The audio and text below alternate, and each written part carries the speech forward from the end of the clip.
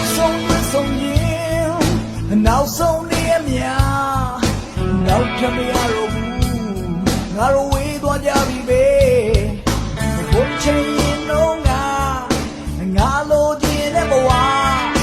ဝေးနေဆွေငါချစ်ခဲ့လေမများငါကိုချီတော့ကြိုငါပုတ်ကနေလေ